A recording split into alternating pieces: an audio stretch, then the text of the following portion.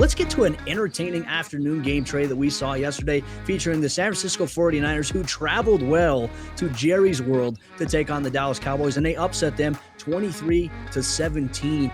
Just initially, there's so many realms that we can go about this game, from talking about Dallas's performance, the undisciplined nature, and also just the San Francisco 49ers. Bully ball is their style, and they did that yesterday. Well, we talked with Steve Young on More Than Football here on PFN on Friday, and that episode dropped over the weekend. And what we saw in that discussion turned out in that game. The 49ers know who they are. Like you said, that's the way they're going to play. And that's what they're going to do. They know their identity. The Dallas Cowboys are still searching for their identity. And we saw that play out. I also thought that game was the perfect Jimmy G experience, right? He'll make good plays. He will put you in a position to win the game, and then he'll make one or two throws where you're going, the hell was that? And there were two of them. Like the best player outside of Micah Parsons, for the majority of that game, the best player for the Dallas Cowboys was Jimmy Garoppolo.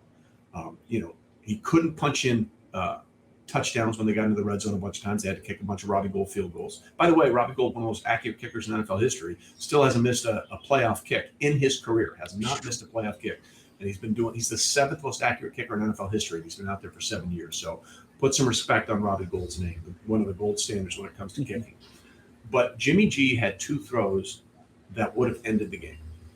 One was a third down throw when they were up 23-7 to Brandon Ayuk, who was wide open. He hits him. That's a walk-in touchdown. It's 30-7. Game's over. Missed it. And then, of course, he went high on the interception, and that also became a problem. And that kept the Cowboys in the game.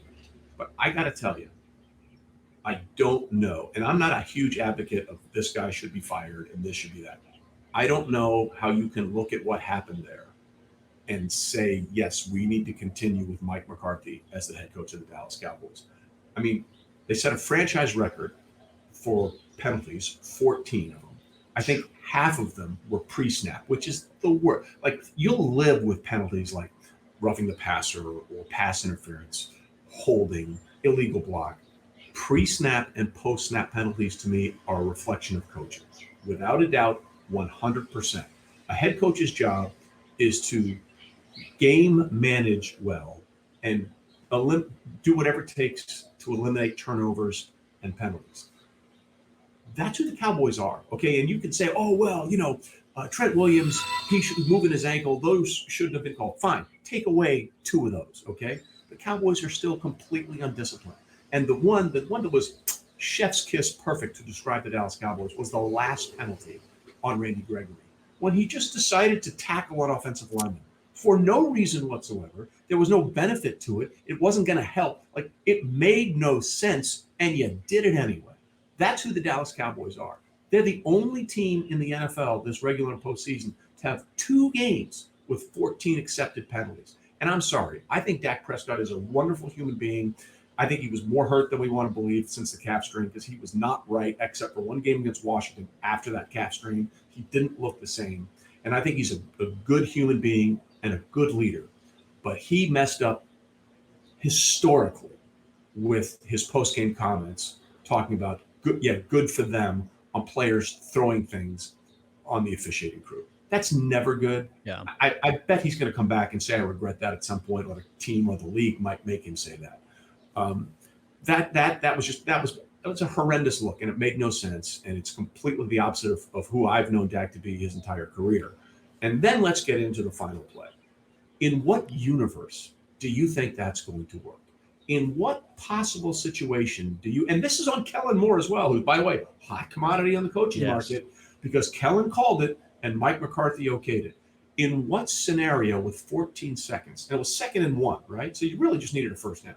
Do you run that far to pick up that many yards? And people are like, well, the official's job is to hold the ball until everybody is set. That's literally his job. Dak can't set the ball. The official has to set the ball. And as soon as he saw that everyone was set, he let go and they ran out of time. If you wanted to pick up 5 yards or 7 yards, I'll give you that. But then call a play where everyone's close to the line of scrimmage and you can get there and spike it and have one shot. With 14 seconds left, you had 2 shots to the end zone, or at least a shot to the sidelines and then a shot to the end zone. I don't know how you recover from that. I just don't know how, as a coaching staff, you recover from that. And much in the same way that Darrell Bevel, who was the interim head coach for a little bit this season in Jacksonville, has never really recovered from the call on the goal line in Super Bowl 49 that ended up with the interception that ended the Seahawks' chance of being the first repeat Super Bowl champs since the Patriots by losing to the Patriots. Bevel has never really gotten another opportunity to be a head coach when he was considered a hot commodity since that play.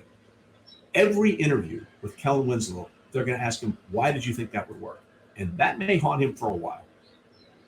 Well, I think especially when you go back, you look at the amplification of the game, you were hoping that you had enough time to maybe spike. But as you mentioned, a lot of people getting mad at the officials. He has to spot the ball. And then at that point, I mean, that's not on the officiating crew there. It's better. It goes back to coaching, as you mentioned. He's a young coach. Cody, it's on the Dallas Cowboys, okay? Yeah. They led the league in penalties this year. Don't pretend like that's not a thing. You can't be upset with the officiating when this is who they've been. There's an old saying, when someone shows you who they are for the first time, believe them. This is who the Cowboys have been the entire year. And think about it. They were the number one scoring offense in the NFL. They had the number one offense, which is total yards in the NFL. They were the number one scoring offense at home in the NFL. And they only managed 17 points against a very good defensive team, but for the majority of the game without their best player in Nick Bosa. Okay? That's on you. That's on the Dallas Cowboys. It's not on the officiating. It's not on anybody else. That's on you. You didn't get the job done, and you got to figure out what you can do to get